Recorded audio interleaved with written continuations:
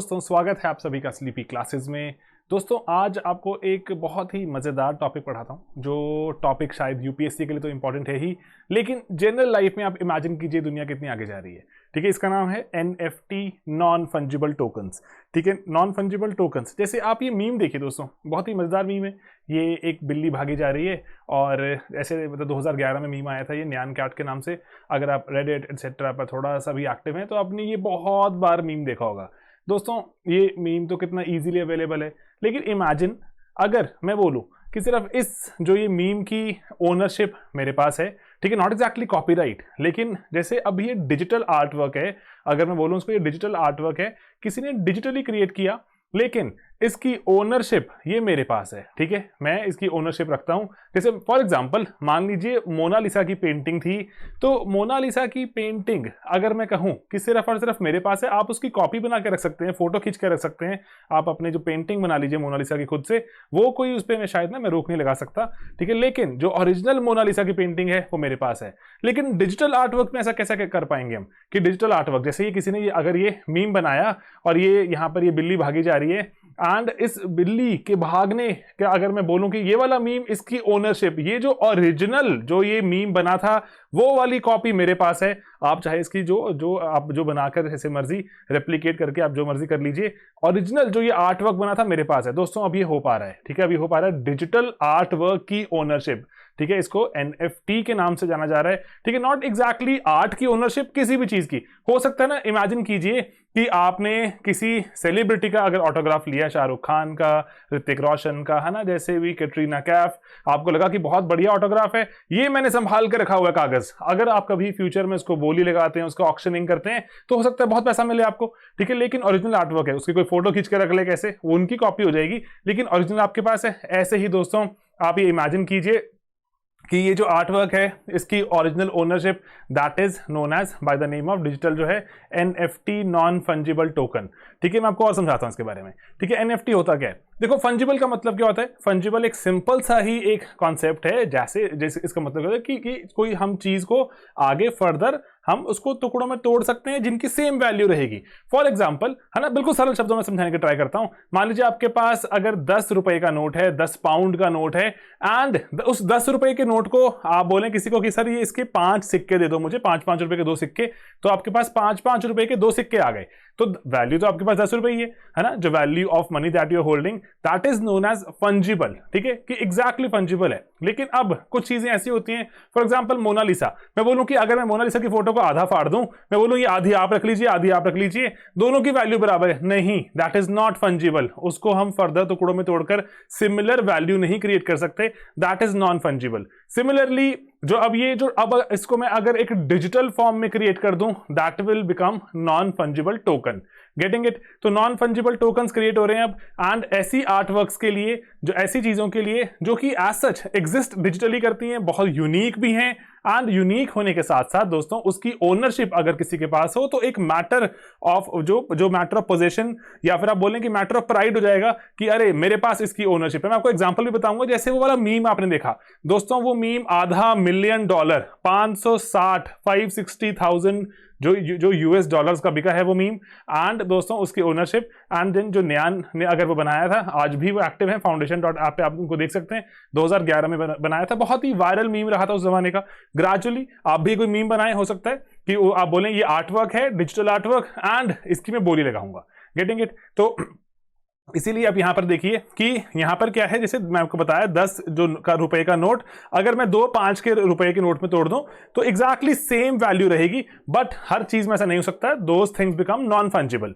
ठीक है, and then इसीलिए अगर देखिए जैसे मोनालिसा की पेंटिंग की बात की हमने, एंड दोस्तों एनएफटीज क्या होते हैं, जैसे अब जो टेंजिबल फॉर्म में नहीं है, अब ये मीम आर्टवर्क बना हुआ है, तो ये मीम आर्टवर्क को आप टेंजिबल फॉर्म में नहीं रख सकते, तो accordingly it is non tangible in nature. Getting it? Okay, then दोस्तों अब एनएफटीज काम कैसे करते हैं, जैसे आपको पता है, जैसे ब्लॉकचेन का ही यहां यूज किया जाता है, कि इसमें बताया जाता है कि इसका ओरिजिनल जो ओनर है, एंड जो उसका ओरिजिनल जो ओनर है वो कौन है, आप उसका एक जो आईपी जो एड्रेस, जो भी उसका जो यूनिक एड्रेस है वो आप नोट करके रखते हैं। सर इसके पास है ये एनएफटी की ओनरशिप एंड अकॉर्डिंगली किसी को इसको रेप्लिकेट करना है, किसी को इसको खरीदना है और पैसे जो देके खरीदना है, तो प्लीज यहां पर जाइए, इनसे खरीद लीजिए। Getting it? तो ये ब्लॉकचेन या फिर बिटकॉइन के आने से ये कहानी शुरू हुई, आगे बढ़ती ही जा रही है। डिफरेंट चीजों को अब हम डिजिटल लैंडस्केप में वैसे डील करना शुरू कर चुके हैं as if they are tangible in nature. ठीक है, टेंजिबल हो, उनको हम छू सकते हैं, ट्रेड कर सकते हैं, ट्रेडिंग शुरू हो गई है डिजिटल चीजों की, है ना।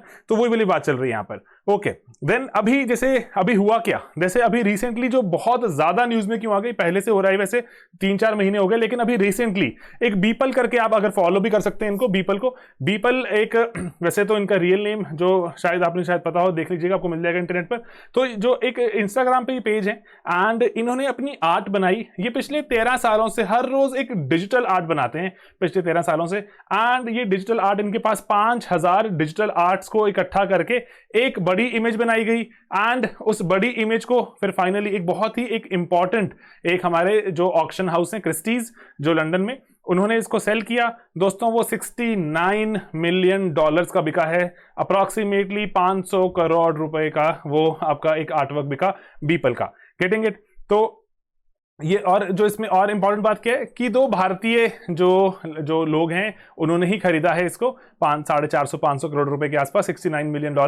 And accordingly it's making news everywhere in the world. So we should know इसका बेसिक्स कि what is fungibility, what is non fungibility, what are NFTs. ठीक है, बेसिक चीजें हैं लेकिन हमें पता होनी चाहिए हमें। ठीक है, तो आप ये सोच सकते हैं कि सर ये क्या हो क्या रहा है कि ऐसी मीम्स वगैरह के लिए लोग इतने मिलियन डॉलर्स पे कर रहे हैं। यस, कर रहे हैं। आप बिटकॉइन को देखते हैं, आपको लगता है कि शायद रैशनैलिटी नजर नहीं आती, but yes, it is trading now and gaining value every day. A lot of people are backing it up, calling it the arrival of future.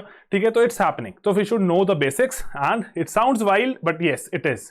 And then उसके बाद आप देखें कि जो मल्टी मिलियन डॉलर की सेल्स हो सकती हैं, इसमें ट्रांजैक्शंस बोलियां लग रही हैं, क्योंकि ये एक ऐसी करेंसी का अराइवल है। दोस्तों आप ये बात समझें, अगर एक ऐसी करेंसी का अराइवल है जिसकी कोई राइट वैल्यू, कि अगर मैं बोलूं कि 10 रुपए का नोट है, 10 रुपए के नोट से आपकी एक ब्रेड मिल जाती है, मान लीजिए you and up getting a bread, तो यहां पर आपको बात समझ आ रही है कि आप अगर आप बोलें कि एक ब्रेड की कीमत 10 रुपए है, फिर मोर और लेस ये फेयरली कांस्टेंट रहती है। जैसे इन्फ्लेशन आ जाएगी, 11 की हो जाएगी ब्रेड, 9 रुपए की हो जाएगी अगर जो वैल्यू घट रही है तो। लेकिन जो अगर आप बिटकॉइन एक्सेट्रा पे कर रहे हैं, बहुत वैल्यू चेंज होती है, क्योंकि उनकी फर्दर, जैसे बिटकॉइन की वैल्यू कितनी है, $50,000 कभी हो जाती है, कभी $40,000 आ जाती है, कभी घटकर 30,000 पे आ जाती है, फिर बढ़ के 55,000 पहुंच जाती है। तो बिटकॉइन की इटसेल्फ वैल्यू कांस्टेंट नहीं है, तो उसी के कारण एक ब्रेड की कीमत कितनी आ रही है, वो करेंसी इटसेल्फ बहुत ज्यादा वेरी करती है। एंड अकॉर्डिंगली यहां पर जो एक्सचेंज के मैकेनिज्म चल रहे हैं करेंसी में, and is becoming a global kind of a movement, तो accordingly we should know about it.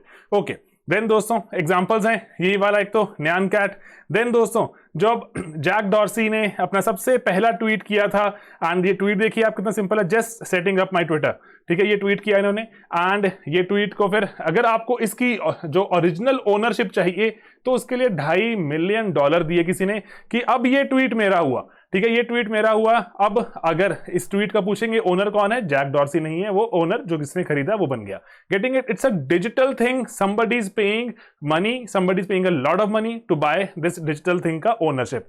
Then उसके बाद जिसने जो हड़कंप मचाया, दोस्तों यहाँ पे जो आप ये देख पा रहे हैं, ये जो इमेज है, यहाँ पर 5000 छोटी इमेजेस हैं जो बीपल ने क्रिएट करी, एंड 50 मिलियन पाउंड का बिका है ये, विच इज अगेन $69 मिलियन।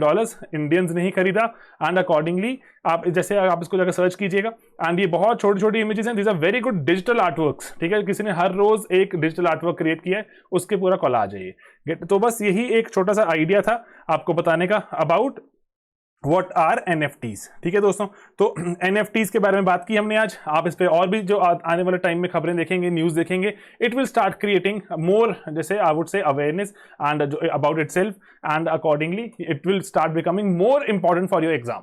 तो यही आज का अटेम्प्ट था दोस्तों, एंड देन उसके बियॉन्ड हमारे बहुत से और कोर्सेज भी हैं। एंड कोर्सेज के बारे में अगर मैं आपको बताऊं तो बहुत ही एक मजेदार इनिशिएटिव शुरू कर दिया हमने कि जैसे थोड़ा सस्टेनेबिलिटी भी ऐड करेगा स्लीपी क्लासेस में। प्रीक्योर बहुत ही एक हमारा फेमस इनिशिएटिव है जहां पे करंट अफेयर्स कवर करते हैं दोस्तों। प्रीक्योर को हमने थोड़ा सा एक अगेन टोकन मनी के हिसाब आप देख सकते हैं 500 रुपए महीना के हिसाब से इसको हमने पेड बना दिया है। एंड लेकिन अगेन आई वुड से कि 2 मिनट हमारे पास प्रीमिक्स एंड हर रोज अखबार जो कवर किया जाता है डीएनडी वो आपके साथ अभी भी अवेलेबल है। लेकिन थोड़ा सा इनिशिएटिव में सीरियसनेस और आती है। एंड देन जैसे जो स्टूडेंट्स के प्रति अगर स्टूडेंट्स भी अगर पार्टिसिपेट करते हैं और सीरियसली करते हैं तो 500 रुपीज मंथली हमने बना दिया।